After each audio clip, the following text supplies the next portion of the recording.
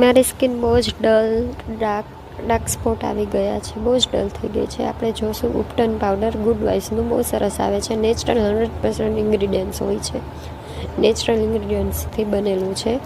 2 ચમચી ઉપટન પાવડર લ્યો, તેમાં તમે પાણી, મિલ્ક, કર્ડ, રોઝ વોટર આનાથી બનાવી શકો. આપણે બનાવીશું મિલ્કથી, હું બનાવું છું અત્યારે. બહુ જ સારી એની ઇફેક્ટ હોય છે. ચલો જોઈએ રિવ્યૂ કરીને.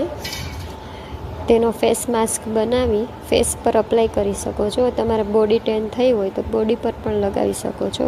પૂરા ફેસ પર લગાવી થોડુંક હલકા હાથે સ્ક્રબ કરી લેવાનું.